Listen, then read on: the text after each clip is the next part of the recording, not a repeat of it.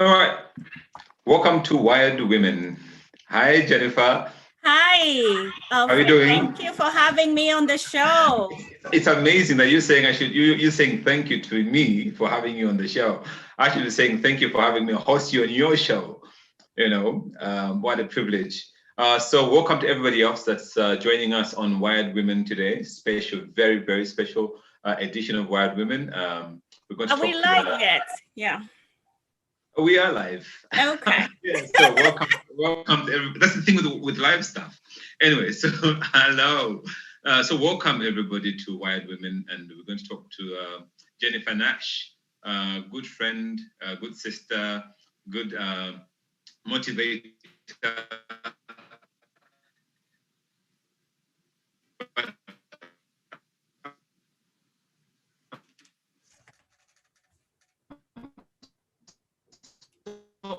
Honored, Jennifer, that you'd actually have me host you on your own show. So, so tell us others. So who's Jennifer?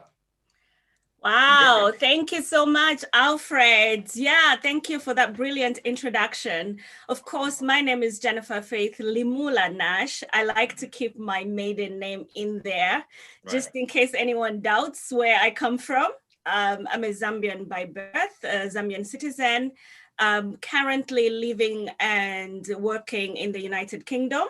I'm married to my British beau, Tim Nash, and we live in Buckinghamshire. Yeah, thank you for that brilliant introduction. So that's my name is Jennifer as a person. Oh, of course, and I'm a mother. I'm a mother of two and a grandmother of six, an army of six, 3 girls and 3 boys. So that's the personal aspect of me, and the business aspect of me. I'm a PR consultant. I run Akenbrook, which is the thought leadership community group where we coach and amplify voices of those thought leaders that would normally not be recognized as such, and also just to help them to come out of their closets, of their professional closets, because they wouldn't otherwise feel like they deserve to have that platform. Right. So amazing that you started something called Spotlight TV. I'd like to put you in the spotlight. Why Spotlight TV? Okay, thank you so much. So obviously Spotlight as in, because, in the industry, where in the TV industry or the film industry, when somebody is put in the spotlight, that means that you're illuminating a light upon that person. So in this case, I felt like they're, like I said earlier, they're underrepresented people in our society, but especially women tend to be the most and the least underrepresented in the industry or wherever they are in their lives. I felt like putting a spotlight on them helps them come out of the shadows, so to speak, and to be able to have that sparkle in terms of their expertise as leaders in the industries that they operate in. But you lean towards more, if not exclusively, towards women, hence Wired Women. Don't you think there's enough of women movements out there? I mean, is there space for extra people to come on, as so that for me is a matter of interest. Well, that's a very good question. It's a very conscious bias, so to speak. So I do agree with you. It's a very conscious bias because, as I said, women are often marginalized. Women, as you know, Alfred, even to date, 120 years after the suffragettes voted for women's rights to vote, 120 something odd years after women voted for so many different rights, they're still marginalized in places of work. There's still very few women that are in CEO positions or C-suite positions, so to speak.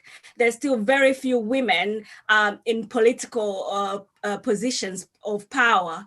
Now, it's only now for the first time, like for the United States has a vice president who's a female. So we're literally living in times when the status quo is being challenged, so to speak. But it's not, we're not there yet. So women still have to fight for that position, even though they have done a lot of things, they've achieved a lot of things in their lives so far, amazing things, sometimes even more than some women, their men counterparts, but yet still, they still have to fight for that position to be recognized. That's quite interesting. I like that. But I'll probably go back to when you started. I've known you as an entrepreneur. I've known you as a PR person. I've known you as a publisher. You know, I've known you just as a go-getter. I actually think, you know, I was reading something that talks about breaking the glass ceiling for women. And I said, no, for some women like you, I don't think you've seen any ceiling at all. You know, you just rightly shot through the sky. So let's go back. How's been your journey as an entrepreneur, being a woman? You know, how's it been? Go back to when you started, because I think I met you 1998, 1999, thereabout, and you'd started off the first, I proudly say that because I'm witness to it, the first bridal store at the first real mall in Osaka. How was that for a woman financing? Wow, yeah, it makes me feel your memory is better than mine. So buy-in from people in the midst of hotel.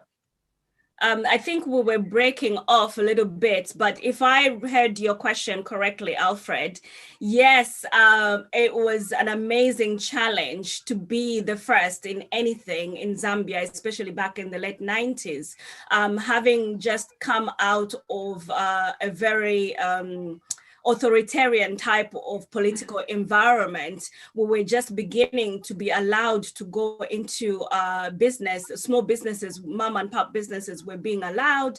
The government was beginning to just let go of power, and the parastatals were becoming privatized. And so, yes, I was one of those first few people to actually have a shop in a normal mall, the way you put it, at Manda Hill. Of course, I faced a lot of bias in terms of who gets the shop, which shop space first. Yeah. Obviously, any men that came up with business proposals or business plans, they got the bigger spaces, they got the most prime locations in the mall. And a few of us, myself and other few ladies, were able to fight for our rights to be in that space. Yeah. And we sort of like were token tenants, if you like. Right. We were given little spaces in little corners, which didn't really matter. But at the end of the day, I'm very proud that we were able to even get into that space at that particular time. I think you also asked about the financing of it. Obviously, we couldn't walk into a bank and ask for money for anything at that particular time. It was unheard of. So I was very privileged at that time. Another super woman in my life, which is my mother. At the time, she was working for the United Nations. So she was able to lend me $10,000 to start my business with. And so with that capital in hand, I was able to lay the foundation for the then Jetem Bridal business. Without such amazing women who help other women to make it in life, I don't think that I would have ever been anything at all. So thanks to my mom, I was able to do that.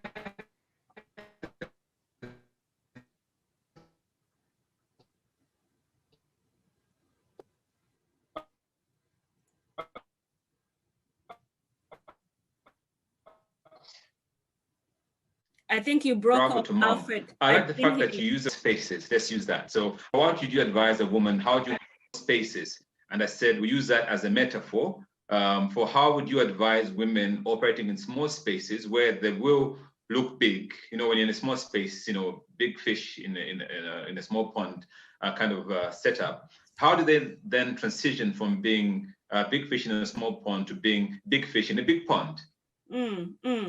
That's a very good question. As most people that know me, including yourself, will know that perseverance is my best attribute. So I never, ever give up easily. So what I would say to any women listening out there is to challenge the status quo, because that's my motto right now with this Wired Women, challenge the status quo. And I've often quoted this quote said by Bose St. John, where if you're not given a table in the boardroom, go out there in the field and chop some wood and create your own table. So that's another metaphor for having that space. Create your own space. So this is what happened even with this particular situation with Wired Women and me having this type of agency. It's because here in England, first and foremost, I faced a lot of other biases as a woman to begin with. That's the point in question, but also as a Black woman living in the diaspora, and I'm an African, but I'm also Black. So coming here in the United Kingdom, but also there's another thing that also that was prescribed to me is age. So those three things were always going to go against me. So when I graduated from my PR and advertising degree to start work, I figured I had no chance to get into the industry, the PR industry, as it were, because one, it was already closed up for racial barriers. It was, like I said, they already closed up for age. They preferred people that are young, are just recently graduating, they're in their 20-somethings. Yeah. But also being Black, the doors are naturally closed on you. So that's why I created my own platform to challenge the status quo, to say this is a platform, this is an agency, it's an integrated agency where I can provide services to other people that are also marginalized per se. The small businesses in the industries in all walks of life tend to be marginalized from the PR industry because they don't have the budget to pay for the big PR retention fees. So I knew that they also want to be heard. They want to have press coverage, but they cannot afford to have a PR agency on retainer, for example, a $5,000 per month retainer. So because it makes it so inaccessible. So all of those things in mind, I decided to create Brook, to create that space, that platform for people like myself and them to be able to get their voices heard. You're so multifaceted as a person, quite multifaceted, I must say. Philanthropist, publisher, and all these things that you do. I like the term that you use, and I was gonna, work with that theme that we have to challenge the status quo. And so this year has been an interesting year. I don't want to call it terrible or, shambolic or whatever, but it's been an interesting year. How does then women, we're talking women here, how do women then challenge the status quo if they were Jennifer, for instance? What would you think? Yeah. That's a very good question. I'm just going to quote something that I really like with Molly Brizio, that she talks about challenging the status quo for leaders. So she's talking about in today's fast-paced environments where innovation is no longer a luxury, right? It's no surprise that in the conversation with leaders, the pace of change in organizations and in the marketplace, it's often the focus. People tend to ask questions like, how do I make sure our people have what they need to adapt quicker than ever? What if they fall behind? How can I adjust my leadership to make sure that this change is possible? So some of these questions, one way to ensure that leaders and teams are successful in creating an environment that challenges the status quo is to make sure that, let's say, for example, you are an SME and you're a leader and you have maybe a graduate that comes in and is saying, I have an idea, Mom. I have an idea, sir, about how we can strategize with social media. You just shut them down. You just say, no, this is the way we've always done things. If it ain't broke, don't fix it. We've got a certain way of doing things around here. So what can you tell me? You just graduated yesterday, you're wet behind your ears. What can you tell me? You know, as a leader, you need to accept and allow your staff to challenge that status quo and be open-minded to accept ideas to permeate through the existing strategies that you might already have. Because if you don't listen to nuances or new ideas from other people, then you'll be stuck. You'll always be in a state of flux. I like that. So I totally like that. That's what I believe. Yeah, and so as Jennifer, I know you're all about thought leadership community, you know, and I think I'd like people to subscribe to that. I mean, it's packed, but in a way, it's very easy again to understand. So maybe just unpack that for us. You know, what is a thought leadership community that you're all about? Okay, I like that. Thank you so much for that question. Again, I would like to quote the quote that we actually use at Spotlight Net TV, because that quote is the best description of what it means to be a thought leader. So this is a quote by Denise Brosso. So she says, thought leaders are the informed opinion leaders. They're to go to experts in their field of expertise. They are trusted sources who move and inspire people to innovate ideas into reality. And they know how to show and replicate their success. For me, the layman's interpretation of that is a thought leader is a mentor. So you should, as a thought leader, be also a mentor that is able to show the tricks of your trade, so to speak, to those people that are coming behind you, so that they will be able, you are equipping them to be able to replicate your success. I like what you're saying. Yeah, a community is not about competition. It's about enhancing people's skills.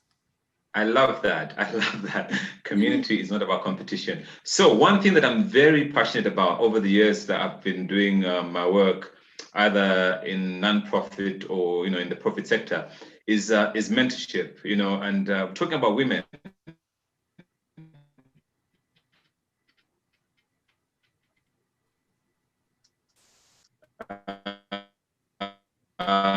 This could be stereotypical coming from a man, but I think when one is trying to get out, the other one pulls the other woman. Maybe not every woman has experienced it, but how then do we work with mentorship? Because I think that's the core foundation for us to create communities, because when knowledge and experiences are shared and passed on to the next generation or to the past generation, to the people that are in our community, then we're enhancing a well-watered well of field. So then how do you promote mentorship among women? Because I think that is really lacking in the community of women. I would beg to disagree. And like you rightfully put it, it's this putting women in a stereotypical framework. Exactly that bias that us as women suffer from. Women can't get along. Sorry to cut you. Women will fight. Sorry, go ahead. We're going to do this. I'm going to cut you. I'm not that rude, but I'm just going to cut you. But to be honest, you get it from women. When I see women on social media, all they talk about is them putting each other down. So hence me coming to that stereotypical statement that comes from the man as well as from the women. But anyway, sorry to cut you. Yeah. No, that's fair. That's a very fair point. But it's not fair. It's to paint all women with the same brush stroke. Absolutely. So I like that challenge because it gets us thinking, and I hope that our viewers can benefit from this conversation because it makes it more authentic that we do address and call a spade a spade. Yes, women by default tend to fight and bring themselves down. And it's a pity, but we can move from that. And we have moved from that. And there's so many women. For example, my own mentors, that people that have actually mentored me, like I started with my mother, but professionally, I've got a lot of women that have actually held my hand and literally mentored me. So I can't say that there is even a time or any man in my life that I can think of that has actually mentored me. Throughout my career and my life, I've been mentored by women. So I'm actually very grateful for that. So to answer, go on. No, finish off. But to answer your question, it is possible. There's no impossibilities where, as far as I'm concerned, everything is possible. So it is possible for women to get along. it is possible for women to mentor other women. We just have to create a very enabling environment, a safe place where women can come together and be able to mentor one another. And I believe that Wired Women and the thought leadership community is such a place that is safe enough for women to not to compete, but to complement one another. I love that. I always use the word, yeah, we're not here to compete, we're here to complement. Yeah. So I'm still going to stick to this one because I think for me, mentorship has played a big role. I mean, sometimes people that mentor you are not people that you probably sit down with, but you just probably pattern or fashion your life to, after their successes or experiences and their pitfalls. So I'll ask one question. I think you've probably asked this when you've been interviewing people, is that when you had your 1 or 2 or 3 pitfalls, how did you get up as a woman? Because obviously, like we say, you always find yourself standing alone. You were lucky you had mentors, but I don't know if the mentors were physically there, but how do you get yourself out of moments when you fell down? Yeah, that's a very, very good question, Alfred. And you're right. Mentors are not always the people that have legally registered themselves as mentors. Sometimes it could be just somebody that you look up to, somebody whose lifestyle you fashion your own after. For instance, that one person that I've looked to myself personally has been Oprah Winfrey. I've looked at her life and what she's done with her life, and I've been inspired by her life, but she's not directly, I'm not in her telephone directory. I'm not able to call her and ask. I do wish I was. But so there are such women that you can just see from a distance and learn from them just by looking and watching what their career trajectory looks like. However, to answer your question about how I've taken myself out of pitfalls, professionally, I'm saying that I've been mentored by women, but personally, in my personal life, I've had very strong men. One of them is you. I've had my husband, I had my dad, and I've had many other very strong, both male and female mentors, unofficial as it may be. And of course, I found myself in so many jams, and I've had to get unstuck from those jams in so many ways. And I've had the privilege of having people like yourselves by my side and supporting me to get unstuck and to come out of things that I found myself in trouble with. Question I always ask women, and I will ask you, is how do you juggle? And this is obviously a question that I'm yet to find a real answer to, and I'm praying that you'll probably give me the real answer, not that I already know the answer, is how do you juggle your being a woman, being a wife, being a mother, being a grandmother, and being this career woman that you are expected to be? I think that the expectations on society are different on grandfathers, fathers, CEO, men, male CEOs. So how do you balance all that? That's a brilliant question, Alfred. I like that. So for me, many years ago, I had the privilege of reading Warren's book, which is called A Purpose-Driven Life. Yeah. And in that book, there was a diagram which he drew to illustrate this point. He talked about in order for a person, any person actually, it's not just applicable to women, but in order for you to have a balanced life, to have a purpose-driven life, you need to balance yourself, make sure that all 4 wheels are balanced. So you've got on the top left corner, you've got your spiritual life. On the top right corner, you've got your professional life. On the bottom, you've got your family life. And on the the bottom right-hand corner, you've got the fun life. So in order for you to balance, to have a balanced life, you need to make sure that all of those 4 wheels are balanced. Whenever you have one of those wheels out of balance, as with the metaphor, it looks like 4 wheels on a car. Can you imagine when a car is on 3 wheels?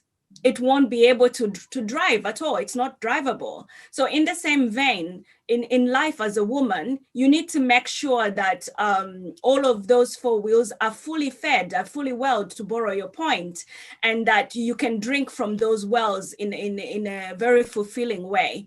So the way I do it is I make sure that I draw the lines and I draw boundaries between my life, my work-life balance. There is a time for my family. Sundays are a no-go. Saturdays and Sundays are a no-go. That's my family time. Whereas Sunday is for my spiritual life, and Thursday evening, that's when I meet with my Connect group for church. And one Wednesday a month, I've got my prayer central with my church. That's my spiritual life. And every day, of course, I wake up with prayer and I end every day with prayer. And then when it comes to my husband, we have date nights, we watch television, we watch our favorite shows on TV. When COVID is not in place, we go out for dinner. And on special occasions, we make sure we make a fuss out of it. And I take walks with him. I make sure that I have time to take walks with him. I make sure I check in with my children all the time. I make sure that I check in with my mother. I check in with my sister and my entire family and my friends, including yourself. And when it comes to my career and to avoid interruptions, I make sure that my WhatsApp is switched off during working hours so that I'm not having to respond to family issues during working hours. So therein lies in how you can balance your life, but you just need to draw those boundaries and solid lines around everything that you do. Keyword, and I think most people, and I know we're talking about wild women today, is that boundaries are hard to put up, or it's just hard. Look, we may put boundaries, but people feel they have passports, to cross over the boundaries. And so even in our careers, and sometimes you go for work, and because you're a woman, I'll never know how that is. But anyway, being a woman, you're expected, as they say, to work 100 times more than your male counterpart. And so how do we then place those boundaries when a report is expected or a project must be finished and there's family waiting on the other end? So we talk boundaries, yes, but the practicality of it, is it attainable? The key word being expected, so that you just alluded to, but herein comes in the idea of challenging the status quo as well.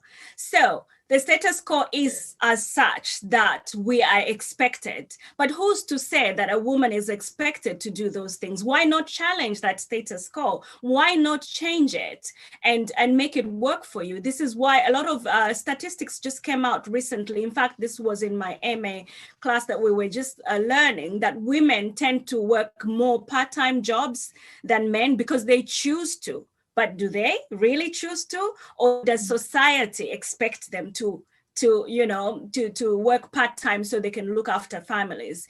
But I feel like for us as women, hold on, I'm just going to admit one surprise guest. Hi, Audra.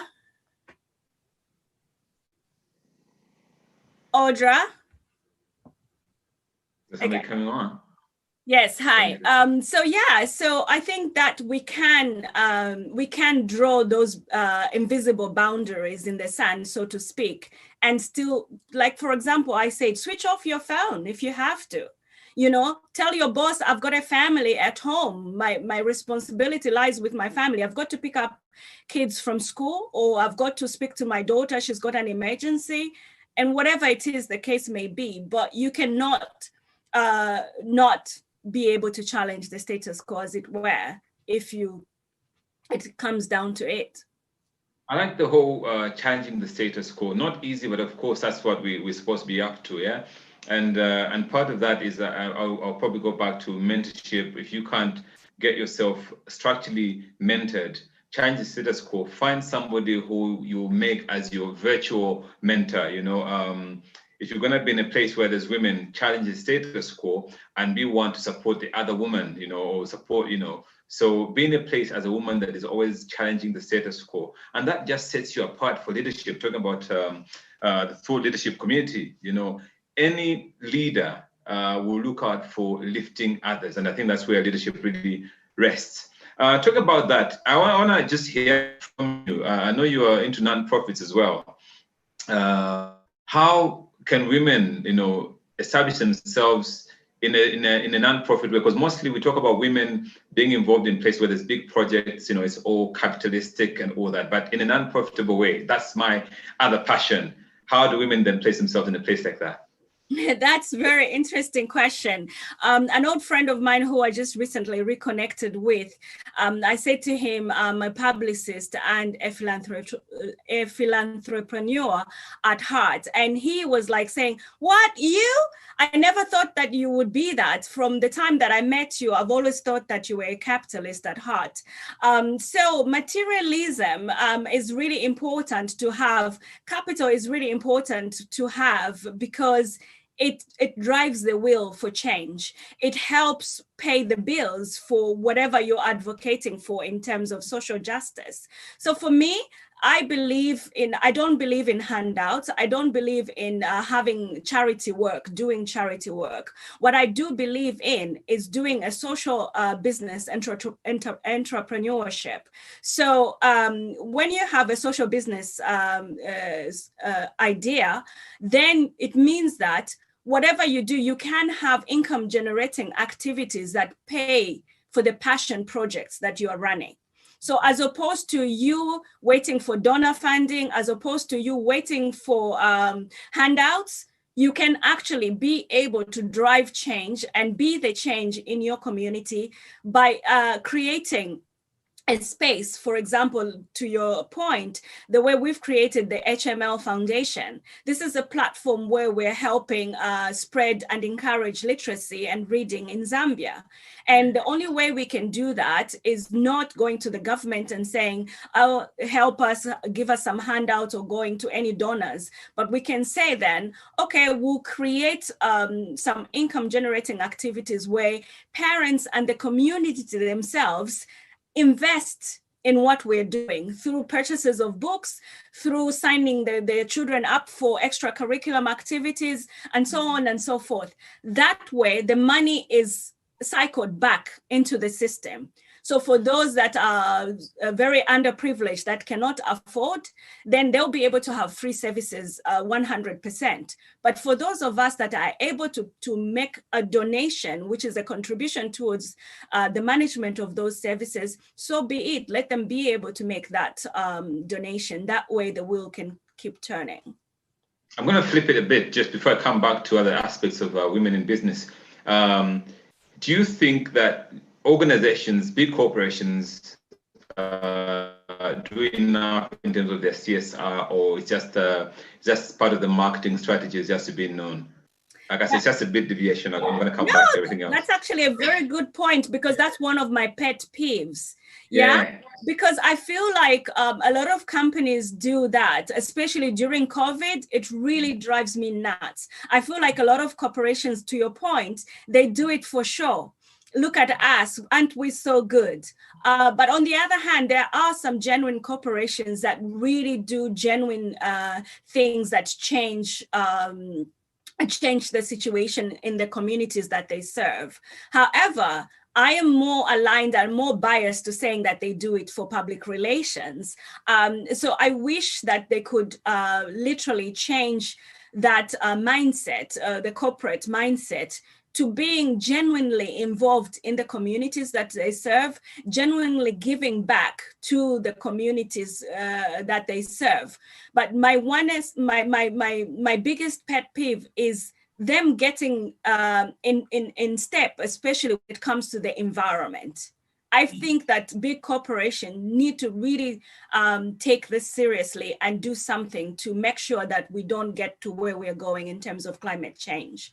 And they're very responsible with big carbon footprint that they're putting on our environment. I like that. So I'm just going to throw that in because, I love nonprofits. I love non-governmental work. But back to women. I know you're a PR practitioner, you're passionate about PR and branding. So how then do women get themselves well branded? What role does PR play in small businesses, even large businesses, but like where a woman is heading an organization? What would be your advice to a woman for PR purposes? So for me, there are certain verticals that I use in terms of helping small businesses to get themselves in public relations. And those 4 verticals are reputation management, customer voice, and as well as social marketing. The 4th vertical is not so much PR, it's more of advertising intelligence. But the 4 verticals are all part of marketing. And in terms of public relations, I always say to my small business clients that customer service is a form of public relations. So the first impression that a customer gets when they come to your small business, I always say it's within the first 3 seconds. You've made an impression on that customer. That customer is going to either go away and talk nice things about you, or go away and start posting on social media about how horrible the customer experience was. Therein lies reputation management. So I always insist that my clients make sure that they have their ears to the ground. They're always checking within themselves their digital presence, their digital footprint, to make sure that there's no negative comments being made about them. And also, in terms of customer voice, when it comes to customer voice, is getting reviews from clients. That goes a long way in helping to build that reputation that you are trying to build. And then obviously, I talked about social marketing. Social marketing also is really, really important to engage with your audience, to engage with your fans and your tribe. So when it comes to social marketing, a lot of small businesses have a tendency of putting transactional type of content as opposed to engaging type of content. So I probably put my hand up myself as being guilty of that. It's easier to teach than to practice it. But I always try and tell my clients to try and balance that wheel as well. As much as you want to put some advertising out there, some transactional type of content, you also want to put some educational type of content that benefits your tribe.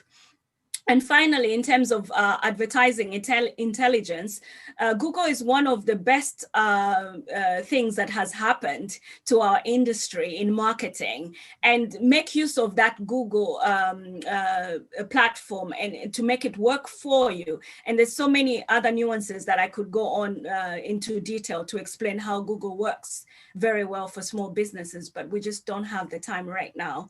But yeah, I need to pay you for advertising them. But they're there to help us. So yeah. They are. Yeah, good space.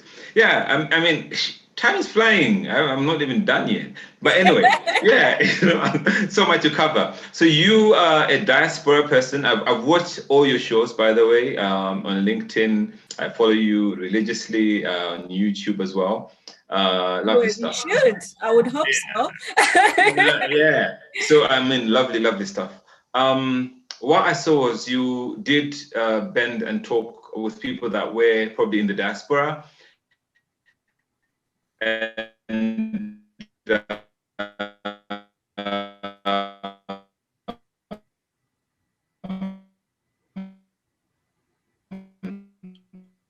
that's the trouble of being live. Zoom freezes. I was going to ask this: what plans you have as in empowering women back? Okay, are we back? Good. Okay. I think we're back now. You might have to start your question again. Yeah, I was saying, as I've watched all your shows, LinkedIn, YouTube, and all that, and absolutely amazed, and loved each and every interview with the women. My question was, you did talk to people that were from Africa, I think particularly from Zimbabwe, I think from Kenya, and I thought, look, this is a very good network. The fact that you call it wired women, when I say that, my mind is always visual. It's wires going through like a network, like a mesh. What would be your plans to empower women back home, if ever there's ever such a plan, back home as on the continent of Africa, or Zambia to be specific? That's a great comment, and you're right, spot on in terms of wired women. The idea behind wired women, just to build on your point, which you made so very well, is the fact that we are wired, we are interconnected. So it's that interconnectedness that that is being intended for. That's the idea behind wired women. And how am I planning to help women on the continent? I will be more specific with my country, in my native country, Zambia. I think that I can speak for that more than I can speak for the continent, because I know that there's so many amazing women doing amazing things on the continent of Africa, and me not being resident there will be not in my place to try and conquer the whole continent. But what I can do in my small space, which I'm still very much connected to, is Zambia.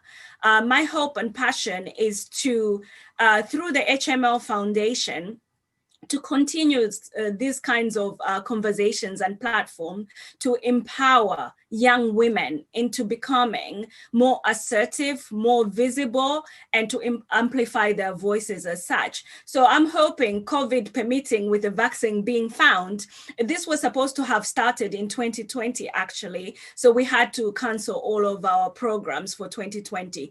But hopefully we can return to that 2020 vision that we had, to hold seminars and events for young entrepreneurs and have sessions, live sessions, where we invite people that have made it in society, socially responsible individuals, to come and give back to the community of both young men and women, in terms of imparting their wisdom on them to run their own businesses. Because what I've learned is that Zambia, as an example, as a sample of what's going on in Africa, a lot of people have always known to think that a 9-to-5 job is the only way that you can be successful.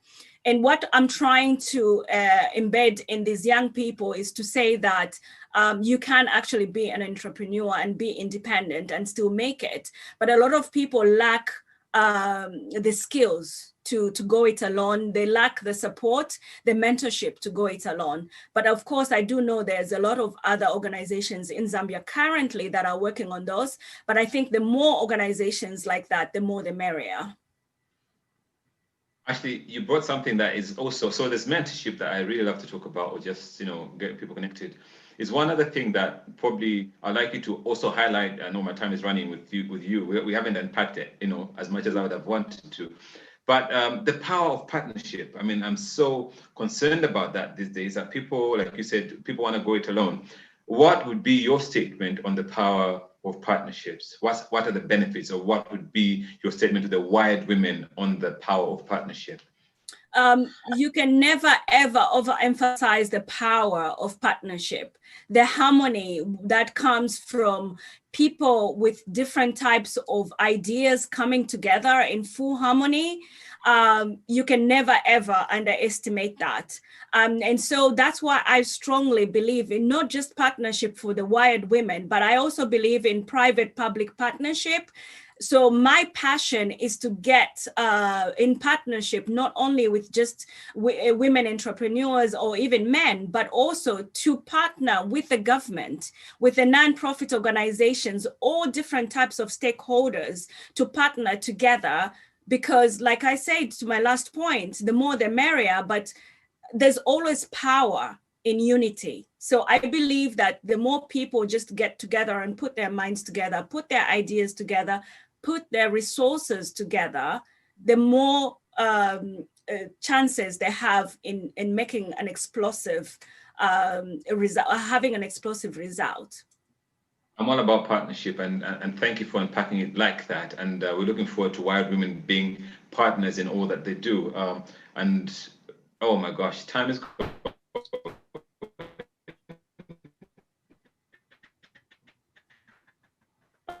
I think we lost you again.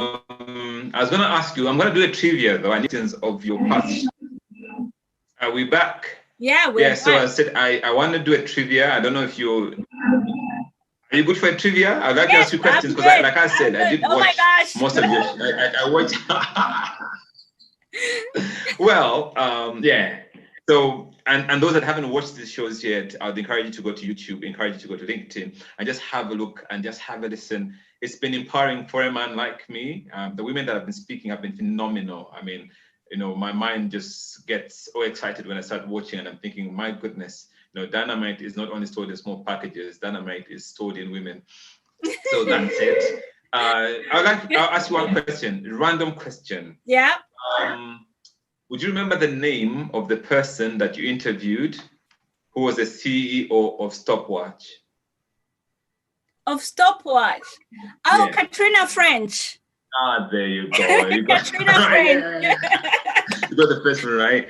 Okay. I saw somebody on your one of your shows that had a salamandra. Where did that concept come from? Oh, wow. That was Christine McKay. Where did the concept come from? I believe she lived in Africa, in South Africa. That's right, yeah. Oh my goodness. Well done. Well done. And what is Salamandra all about? We're talking about partnerships and promoting other women. What is Salamandra all about? Oh, yeah, good one. Animation. She does explainer videos, animations and stuff like that. Am I right? Yeah, you're good with that. You're good with that. And then when someone says no, no isn't never. Who said that? Ooh, that's a good one. No is not forever. No, yeah. No isn't forever. No is not forever. Yeah. I would say that was Emma Ewing. Nope. Ooh, yeah. Paula Elliott. Yeah. Paula Elliott. Second attempt. You still get it right. You get it right. Okay, I'm gonna give you a fourth one. You better remember this one because it really did catch my attention. Okay. Who talked donkeys, sheep, and cows? That was Joanne Muturi. Oh, there you go. You do pay attention. I like that. So basically, when you're so wired to your women that come on your show, and you do pay attention, I like that. Congratulations for getting my 4 questions right. Well done, you. You know. So back to this before I sign off. I've really enjoyed talking, and I wish we could do more hours of just us talking, but I had to pack everything in a short space. Where to from here? Where do you see Wired Women going? Wow. So this was a pilot project we did for 2020 under the cloud of COVID-19. However, the future is very bright for 2021, God willing, of course. So we will start the second series of Wired Women in April. However, between now and April, we have a Christmas special. We have some other shows lined up, but we also have the Thought Leadership Community Think Tank, which is where, Alfred, men are welcome on the show. Finally, wired men. Yes, no, it will be Thought Leadership Community Think Tank. I was going to say weird men. Weird men. Maybe we can call it weird men like you. Absolutely. I'm going to rethink that. So leadership community, yeah. So, yeah, we will have a mini series between now and April, which is a Thought Leadership Community Think Tank, and the Christmas special, and another surprise show. Looking forward to that. Yeah. I think what you've got going is such a phenomenon. I think it can cross borders. It can go across to different continents. I saw you interviewed somebody in Australia, in the States, and all that. I think you've got a good thing going. And I hope the women will be wired and support each other, support you as you support them, as you give them that platform as well to stand, on a pedestal, not to be judged, but to be exalted and to be seen and supported. Exactly. That's what we look forward to in Wired Women. Now, what we're going to do, though, Jennifer, is we're going to try to open it up for question and answers from the audience. And okay. Yeah, let's see. Is there any questions coming through? Yep, let's check for questions. Maybe Peter can help us with questions, put them on the chat so we can see them, if any. Why Oh, do you there's a think question. women fight? Okay. I'm gonna read it. Hold off, woman. I'm gonna read this. Let me ask. So this is Aishwari Mahavir. But why do you think women fight? Do you think it is another barrier to competition? Can you share some of these genuine companies which you have worked with? So let's start with the first one. Why do women fight? So, well, I am not the creator of women. So, but from a neuroscientific point of view, I can probably say that maybe the women don't fight per se. I think it's a constructed idea that women fight. This idea was constructed by men, most likely. But women are just passionate. Women don't fight as such. Women are just very passionate. We have a guest joining us. That's Beauty. Hi. We'll be with you in a second. So yeah, women, I guess they're just very passionate. So what would look like them fighting is actually women expressing themselves very passionately about any ideas that they have. And to answer the second part of your question, Ashwari, thank you for your first question as well. Can you share some of these genuine companies which you have worked with? So some of the companies we already mentioned was Salamandra is one of them. Fanforte is one of the companies we've just worked with. This is Beauty with us. We've worked with, sorry, Beauty, are you there? Yes, she's there. Okay. So we've worked with Imanga, who owns Money Creatives. We've worked with Audra Lamon, who owns, I can't remember the name of her business. I'm sorry. I think Livewire, that's it. So there's so many companies that we've worked with. It's the list is endless. But if you want to go to our website, I think you'll be able to find all the information there. I'm not so sure what context that question was being asked, to be honest. Well, I think just basically women fighting, and do you think it is another barrier to competition? Like, I like the fact that you put it in a womanly way. It's just women trying to express themselves. Absolutely. Passionately. The word, the keyword is passionately. So yeah, so genuine companies, I like that. So any more questions? Is anybody out there asking questions? If not, I'll still ask them because I like to get, I'm a sucker for knowledge. You can't get enough of that. Any more questions, Peter? I have a few minutes before I log off. Okay, so anyway, I'm just gonna ask. So here goes. We talked about CSR and what do you think would be— Say that again. Organizations, I mean, in the post-COVID ability, and that's a big. Repeat yourself because you broke off. Break off. Okay, so saying corporate social responsibility is key in PR, in comms, or just in marketing for organizations. And post-COVID, do you think organizations will have to revisit their CSR, or have they done enough even during COVID?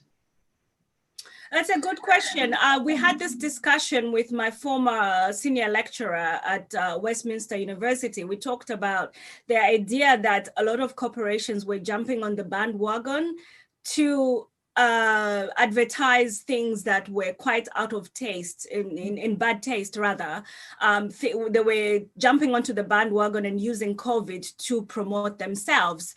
And I feel like post-COVID, the corporations need to start reassessing themselves and the messages that they're taking out there that are not exploiting the situation, but are being helpful to the environment.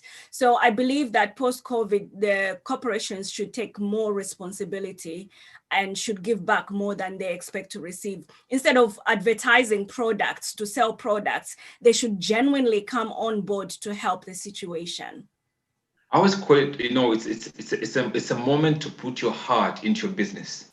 CSR is beyond branding. CSR is beyond being seen as an organization that is spending or putting back into the community. You could put back into the community and just waste your resources without having touched their hearts or changed their life. I call it must transform a life.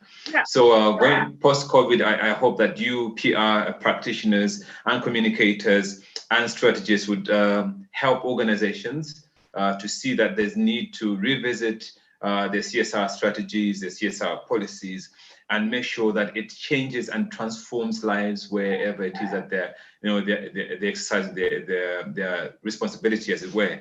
So Jennifer, I would hate to leave you right now. I'd hate to leave you now, but I've had the time of my life talking to you, and I hope we can do this again. Flip the seats. I know it's wired women, but I love it when you're doing the interviews.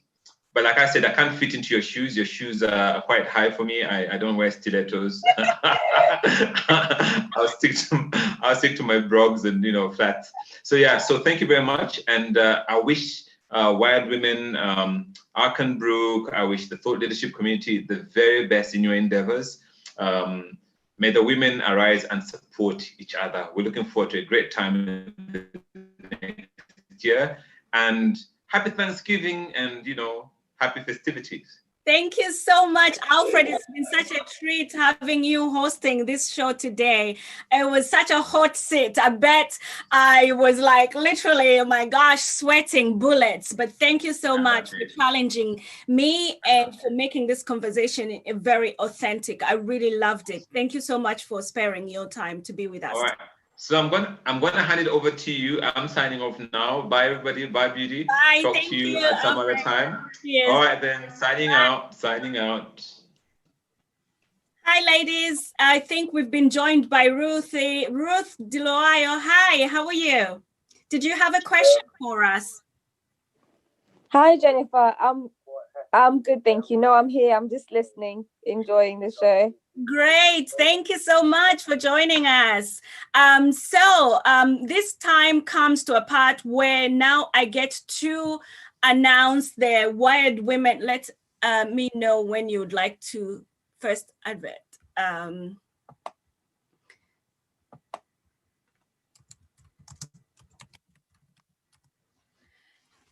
So yeah, thank you so much. So we're just going to go to commercial now as we get Beauty ready for her little snippet interview.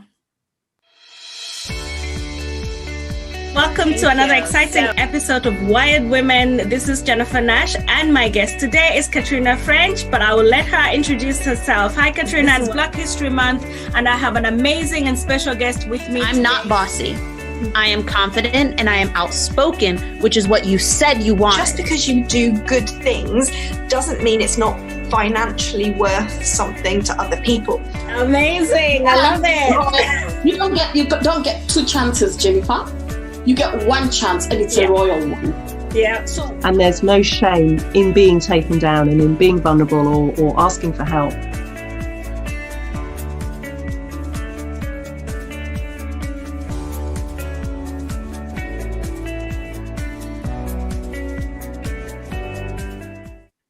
Hi everyone, welcome back. Thank you, Beauty, for joining us, and just stick around with me before I announce and reintroduce you back to our audience. I just have a special announcement to make. Obviously, as we have come to the end of season 1 of Wired Women, we did say when we wrote to most of the Wired Women and invited them to come on the show that there will be some sort of awards at the end of the show, at the end of the season. So it's my honor and privilege to announce the 5 Spotlight Ignite 2020 awards in these categories. We've got the Best Contributing Editor. We've got the Push Award, which stands for Publicize Until Something Happens. We've got the Most Innovative Status Quo Challenging and Trailblazer Category Award, which is the Badass Fearless Female Entrepreneur Award. And we've got the Thought Leader of the Year Award, as well as the final award is the Emerging Thought Leader and Changemaker Award. So it is my honor and privilege to announce the winner of The best contributing editor to Spotlight magazine is very uncontested. And this is Carrie Jane Hackling. She's been a phenomenal contributor, contributing amazing thought leadership 101 articles. I hope that Carrie is listening. If you are here, you've just won the achievement of Best Contributing Editor. Thank you so much for all your support and your amazing articles. So the second award is the Publicize Until Something Happens, which is the Push Award. There is a tie on this one. The two winners are Joanne Muturi and Audra Lamont.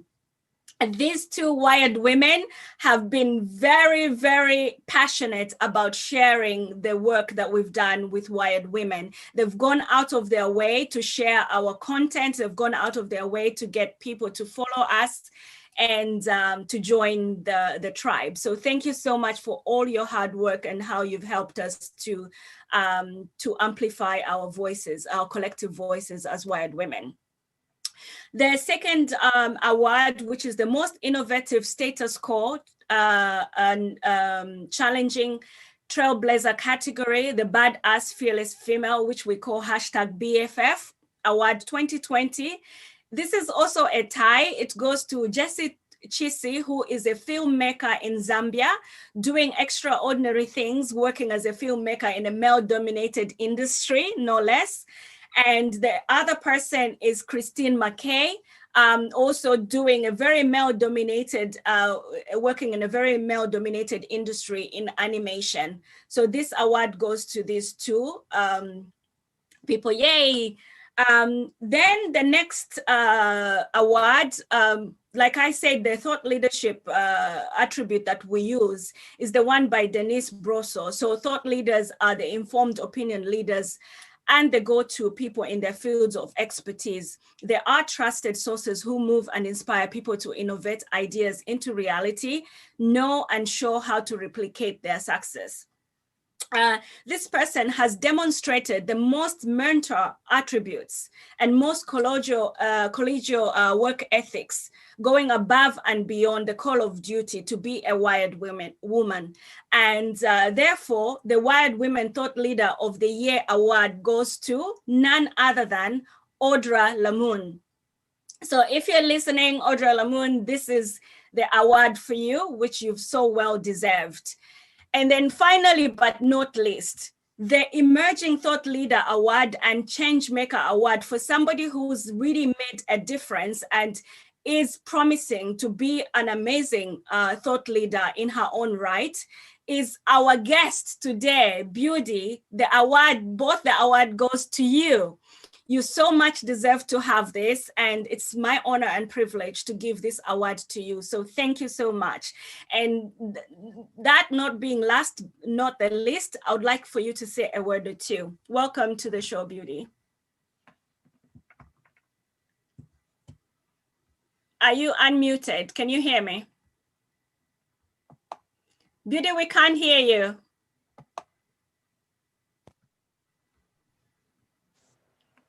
Hi. Hi, are you guys able to hear me? Yes. Hey, I knew it. I knew it. Yes, because I'm about to tear. I'm trying not to cry because I knew you had something up your sleeve and you were just going to surprise attack me. Oh, thank you so much. I'm so proud to be recognized amongst all those amazing ladies. You are so funny, Jennifer. Thank you so much. I am just so honored. And here I am thinking I'm just going to be like saying hi and chatting. And luckily I put on makeup. Oh, you're so funny. Thank you so much, Peter. Makeup.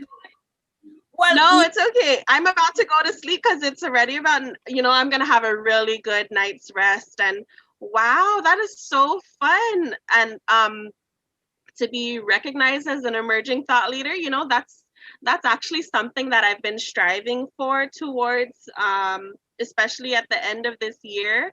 It's been such a funky one, and I know everyone can agree on that. And it's just so funny because this week has been really challenging. Like, this one has been tough. And just to see, like just today especially, there's been a really good mix of like highs and lows, and this award and recognition is just like the cherry on top of everything good that has happened. And you already know me. I'm gonna be thankful for everything that happens to me in my life, whether it's good or bad. And I love how you just always recognize my PMA, because since I was little, that was something that I really had to work on, because I didn't like being called the B word, even if I didn't intend to do that. You know, I would just recognize things that weren't right. I would recognize people who weren't acting ethically. So it's just, you know, that's just my nature to come about and just say, hey, that's not right, or you're not being nice. And I know that I would come off in a blunt way. So I understand why people would think that I had a really bad attitude, or that I did act really B-wordish. So after I felt those types of emotions, I was like, no, I don't want to be this type of person. I need to develop my social intelligence, my emotional intelligence, and just be more aware that other people have feelings too. Because when I was growing up, I thought everybody was the smartest person in the world. I loved everybody for their creativity, how they thought. And I, from my understanding as a child, I thought everybody was thinking the same. I thought everybody thought the same. So yeah, a term that my family is, where's your common sense? So that was something that, you know, grew onto me. I thought everybody thought the same. So now that we're older, we get to recognize and realize that everybody's so different, and that we all have our challenges, and that especially with all the challenges that this year has brought about, it's so fascinating to see how everyone is just rising to the occasion, getting stuff done still, as well as learning how to balance and implement self-care, because that has been such an important element in my success. So just wanted to say thank you. That is so sweet. I knew it. You're welcome. So again, let's not get that overshadowed. The fact that you've got 2 awards. So you've got the Emerging Thought Leader, but you've got the second award, which is Change Maker Award. Because oh my gosh, the differences that you've made in your community, we've seen what you're able to do in your community. And the Wired Women was about recognizing those strengths, mentors that are making a difference in their communities. They're serving the underrepresented, they're serving the marginalized people in their communities. So Beauty, there's no other person who deserves this Change Maker Award more than you do. So it's really my honor and privilege to bestow this upon you, because you have even changed my own personal journey, my own life, my own thinking. And I think it's also fair to mention that the title of this show today, The Live, was actually your brainchild. It was, you came up with the idea of the gift that keeps giving. Obviously, we have Thanksgiving holiday tomorrow, but you came up with the idea, the name of giving a gift, that a gift of giving. So everything is down to you, Kudo. You've been so amazing. You've been so supportive as a friend. I came at you as a prospective Wired Women guest, and we've since mushroomed into this amazing, beautiful friendship that we have. And I just love you. And I just feel like when I'm with you, I can be my real, genuine self. I can be my authentic self.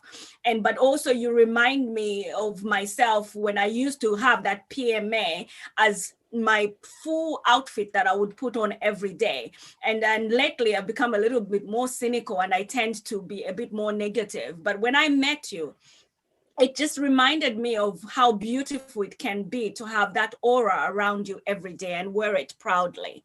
So thank you so much for who you are, and for being a friend, and for being a wired woman. Oh, you're so welcome. And see, look, that's so funny, because I'm trying to dry myself out. The water's welling in my eyes, and it's just, you know what, Jennifer, like I remember seeing your conversation looking for guests, and I was like, man, I love this title. Like on Guam, the word wired isn't necessarily a good thing. It has more It has more of a relation to drug use, actually. Tell. So, but that's not the reason why I understand it. Like for me, the word wired makes me think of energy and malleable things. Like I love to sculpt with wires. So I would strip my dad's networking cable because he was a information systems administrator, and all of the leftover networking cable that they would have, I'd strip it and use it to work around and create sculptures. And my sculptures would win like awards and stuff. So that's kind of like what I do with my life as well, is just take whatever I have that's left over, or whatever is lying around, and enjoy it. Like, don't let it go to waste. Enjoy it and create something great out of it. Create something beautiful, something that's going to be appreciated. I always tell my kids too, to like, okay guys, I know things are getting funky right now, but let's just take the time to relax. And right here too is our little meditation spot, so we all just sit down and we just chill out for a little bit too when we're having a really funky day. So I try to just apply it to my life as often as possible. Of course, there are those dark days, there are the dull days, but I take naps whenever there are those emotions within me. I'm just like, okay, you gotta take a nap. Just let's get over this wave. It's not going to last long. Yeah. So I'm so thankful. And you know what? Your recognition has actually just confirmed my thought process on the next level of where I'm going to be taking my journey.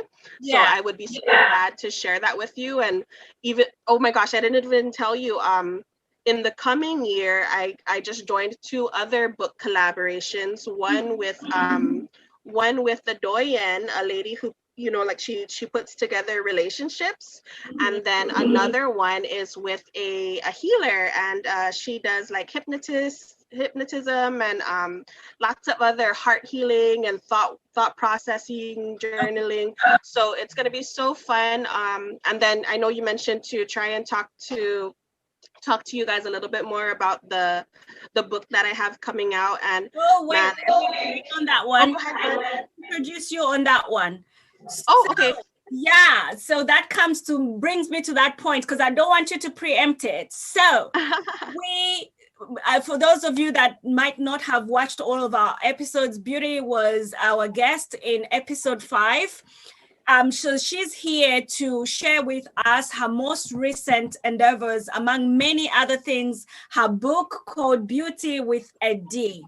So this is an autobiography, which is daring, detailed, dramatic account of the events that have occurred in Beauty's life since in the 27 years of her life. Beauty has lived through as a girl from Mariana Islands and on the island of Guam, which is a United States territory in the Western Pacific.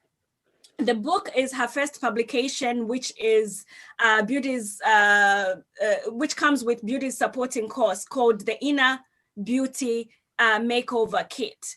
All of this comes under her self-publishing brand called Beauty Co Labs. So do tell about that book. I've been dying to hear more about your book. Sorry for letting you preempt that, but I want our viewers to hear more about your book. Why did you write this book, Beauty? Oh my gosh, no problem. Thank you so much for the intro. That's so exciting. It just makes me sweat.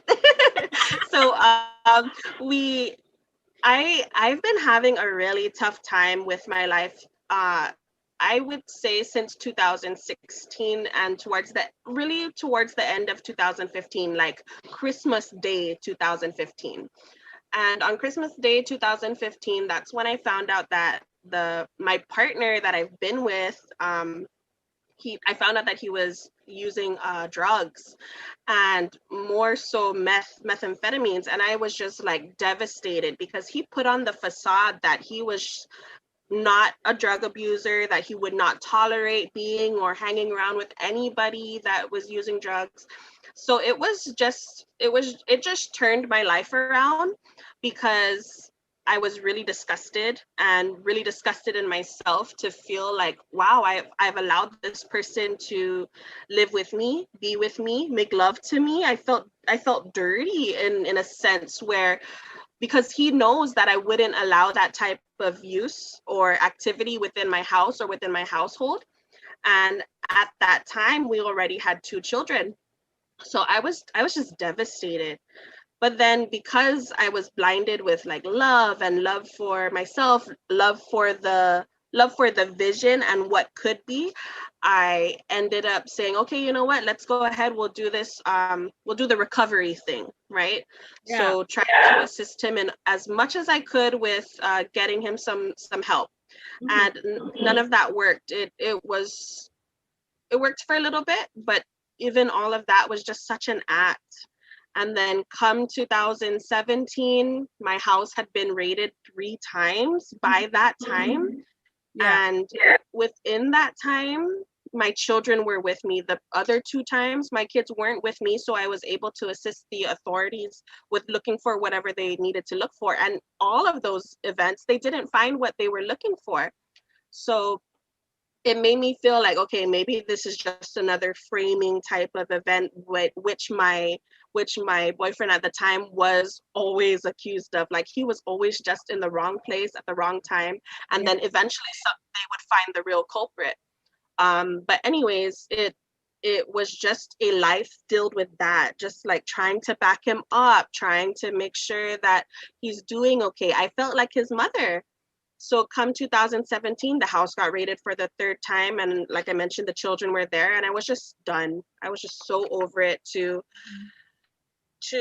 witness having to protect my kids within a bathtub, and just men surrounding your home. And, you know, like I felt like I was in a war zone, because there was flash bombs and other types of tools and materials used. They had to crack our bedroom window. They had to crack it. They bashed in our door.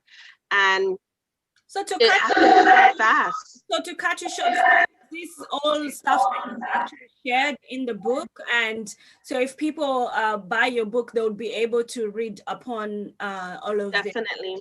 So this is an account of all of these things that happened. Yes, absolutely. And of course, this is an autobiography, so it's just my perspective. And I have changed the names of all the people who have done me wrong.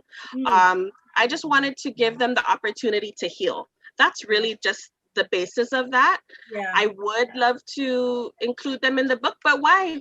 Why should I? You know, I definitely want to allow them the opportunity to heal. And ever since the book came, you know, the notice that the book was coming out, I've been getting like some really funky responses from the people who have done me wrong. Not necessarily where they're trying to apologize, but that they're more intrigued whether their story is going to be a part of it.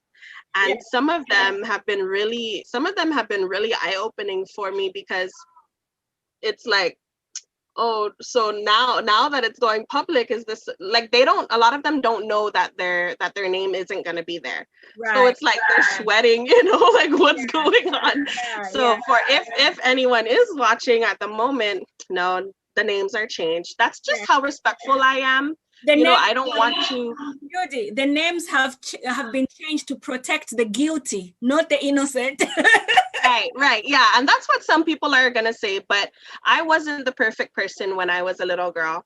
So I know that change can happen. And I know that change is possible. But it's also to just allow them to heal. Even if they don't want to change, just heal from it. Just get over it. It doesn't hurt me anymore. You know, so it's an opportunity to become a better person and have a different perspective, and to stop whatever they're doing if they're continuing to do it.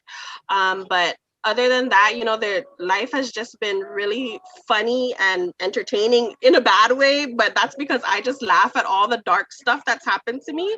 And that's one of the ways that I enjoy learning my lesson. It's like, okay, Beauty, you had that gut feeling. How come you just didn't go with it? How come you didn't trust yourself? So really honing into my healing and my intuition, and just following what my heart and my mind and everything is saying within total alignment.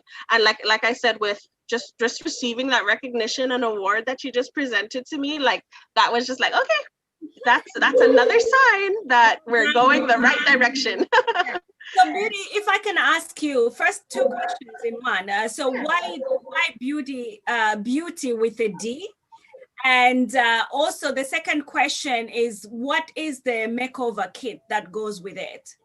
Oh, sure. Okay. So the title Beauty with a D was just, that's flatly the way that I represent myself when someone asks me how to say my name and how to spell my name. And then sometimes I even just show them my tattoo. I'm like, here, this is how you spell it. So, you know, it's just a fun thing that I love to do. Of course, my family and my friends, they all know my name, but this is for the strangers. This is for the people who are interested in, like, what does beauty with a D mean?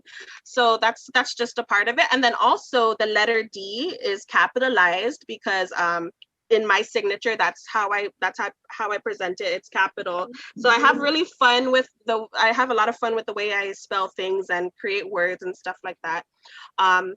But it also, that's the structure of the book is by definition. So there's a letter D for every chapter. Right. Okay. Interesting. Thank you. And then with the Inner Beauty Makeover, this is just a starter kit. A starter kit for anybody who just wants to get out of their funk, whoever wants to not be a bitch anymore, for anyone who wants to just have that positive mental attitude that you so rightly know me for. Because I always get asked a lot, like, Budes, how do you just get through everything? And I'm like, man, you know, it's just an accumulation of all the stuff that I've learned throughout my life. Mm-hmm. Why bother with the negative? Why get mad? Why get upset? Yes, it's normal. I still get upset about things, but it's not like it's something that overwhelms me and brings me down. Mm-hmm. You know, I don't stop there. Okay. So it's just a tool. It's a course, downloadable, and printables it's just a resource and toolkit. Amazing. And can I ask you to ask this question that one of our guests attendants asked? Why do you think women fight? And why do you think it's another barrier to competition? What would be your take on that? Why do I think women fight? I believe I saw that question and I was like, man, you know, sometimes when it comes from that little girl, when that little girl isn't recognized or isn't seen or heard, especially a little girl with big ideas and a big stance on something, big belief, she wants to get out there. She wants to like claw her way to make sure she proves her point. And that's how I used to be. Because I was like, no, you need to see it my way. You need to. It's my way or the highway. I'm right. But now as I've healed, as I've learned that so many people have beautiful perspectives, it's just something to appreciate. Another person's perspective is just something to appreciate, because when you really think about it, you don't know everything that they know. And why fight? Why fight for attention when you can use that energy to learn something from them? So really the fighting stance definitely comes from a little girl, you know, the inner child that was not healed. And it takes a lot of courage. It takes a lot of crying to really heal that little girl. So I know that you, when we've been talking behind the scenes, you've said that you had a surprise for our audience with regards to the book. Do you mind sharing what the surprise would be for our guests? Sure. Thank you so much for the opportunity. So everybody who's watching the live or the recording or anywhere else, you will be able to receive the free version, the ebook, when it's ready. You're going to receive an email saying that the ebook is ready for download for you. So you're going to get a copy of the Beauty with a D, as well as the access to the Inner Beauty Makeover Kit, the course, the downloadables, all the awesome tools that will be included in it. So you can go to www.beaudycolabs.com. We'll make sure on the recorded version as well. Oh, okay, yeah, great. Thank you. /the -gift-of -giving-audience. Okay, that's a long one. It's a mouthful, but we'll make sure to put it on the recorded version so that our viewers can still go back to it. And just right, and yeah, it's hidden from the website, so they'll need to have the actual link. But you can find me on Facebook or anywhere and just say, "Hey, Buttes, I watched your interview. Can you please give me that link? I'd love to have it." Absolutely, and we'll share it on our social media platforms as well. Yay, thank you. No worries. Well, it's always a pleasure talking to you, Beauty. Unless you have any questions for me now, let's turn the tables and you be the one to ask me questions about, as a wired woman, what questions would you like to ask me? We've got a few minutes that you could ask sure. Me. Okay, so fun. First of all, thank you. And I knew you had something up your sleeve, so I was just like, you know what, I'm not gonna let her answer that because that's already been proven. But yes, like, how do you do everything that you do? Okay, so when I first saw your first email, I was like, wow, this is how people feel when they get an email from me, because it has so much information. It has so much information, so much organization, so much like, okay, we got to get all of this done. I just love your thought process on how you just try to keep as organized as possible for people to get things done, really, to just keep them moving forward. And I guess the question is, of course, how do you get things done? And you did answer that previously, but also, what do you think brought you to that stage of making sure everything is just compressed so that people don't have to waste their time and that everything's just there?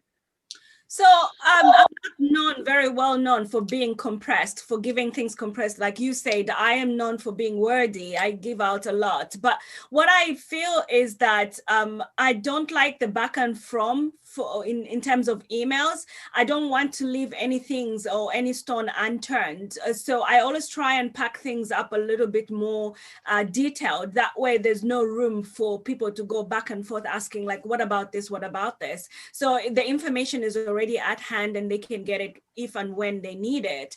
However, I also know that there is a time when brevity is required, and that because people's attention spans are so low these days. But I feel like I'm learning that is something that I'm learning. But how I've gotten everything together in terms of the wired women, I think that's what your question is referring to, has been quite a challenge. It's been a trial and error. It didn't quite just happen like that overnight.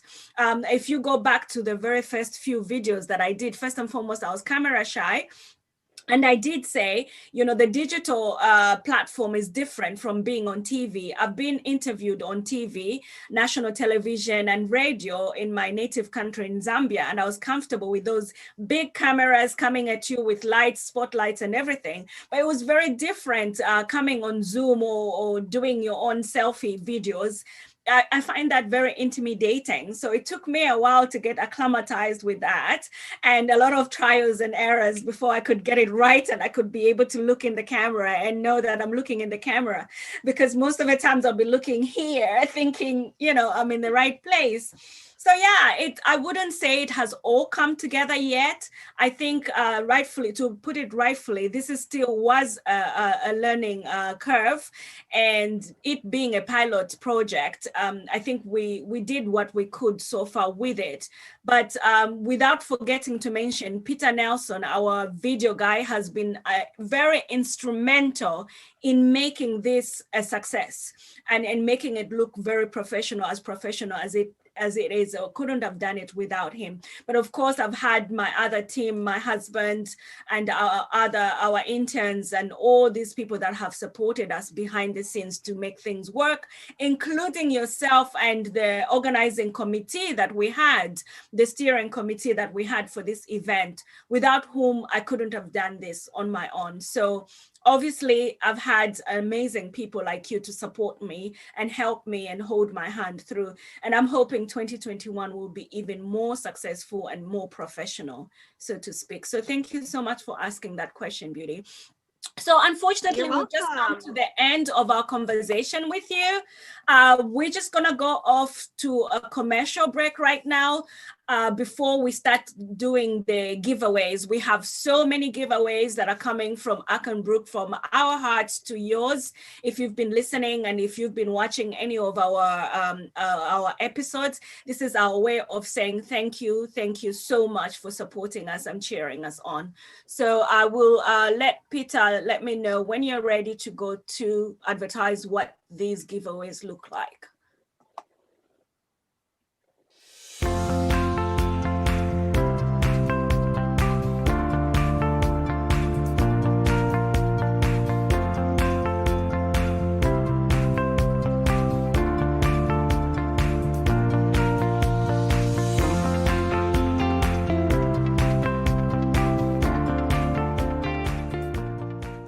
Social media is a powerful tool, but as a business owner, you might not have the time or know-how to realize its full potential.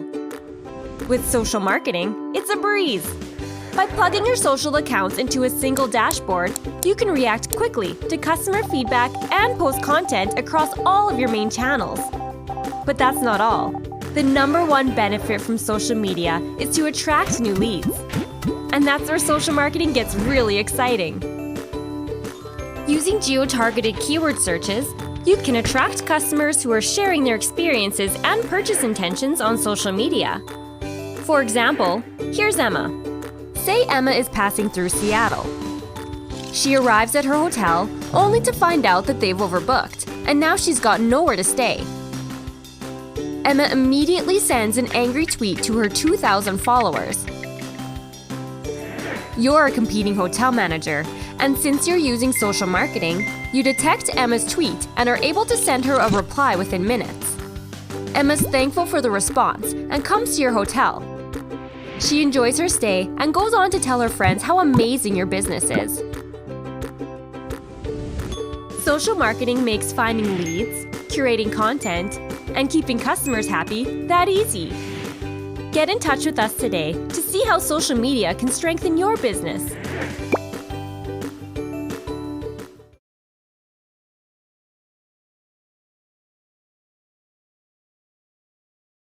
Welcome back, everybody. So thank you so much for staying with us until to the end of this show. And for as a gift to all of you that have stayed with us up to the very end, we've got some giveaways for you. We've got the Business Reputation Advantage Pack. We've got the Advertising Intelligence Pack, the Customer Voice Pack, as well as the Social Marketing Package. So if you've been with us or you pre-registered, just DM us your email information, and we'll be happy to send you the link for you to collect your prize. So it's been phenomenal having you around, and thank you so much for joining us on the grand finale of the Wired Women series for 2020. So we'll look forward to talking to you again next year. In the meantime, we ask that you stick around and subscribe to our channel, because we'll be having a Christmas special, as well as the Thought Leadership Community think tank interviews that are coming up soon, that will include men as well as women. And many other surprises that are coming between now and April 2021. I just want to say thank you so much. And before you go away, we've got another little video to play for you, just so that you know what we have to say to you from our team at Spotlight and Akenbrook as a whole. We want to give you a great send-off and big thank you.